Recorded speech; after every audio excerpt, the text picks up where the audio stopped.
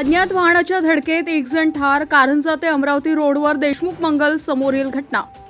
तालुका कारंजा दिनांक 14/8/2024 प्राप्त झालेल्या माहितीनुसार दुपारी 3 वाजताच्या दरम्यान कारंजा ते अमरावती रोडवर देशमुख मंगलम समोर अज्ञात वाहनाच्या धडकेमध्ये एका युवकाचा जागीच मृत्यू झाले।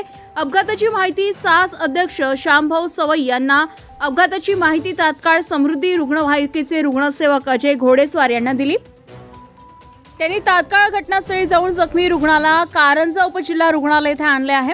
तेथील वैद्यकीय अधिकारी यांनी तपासून त्याला मृत घोषित केले। त्याचे नाव राजवीर जांगीड, वय वर्ष 35, राहणार राजस्थान, जिल्हा झुंझुनू येथे असल्याची माहिती प्राप्त झाली आहे।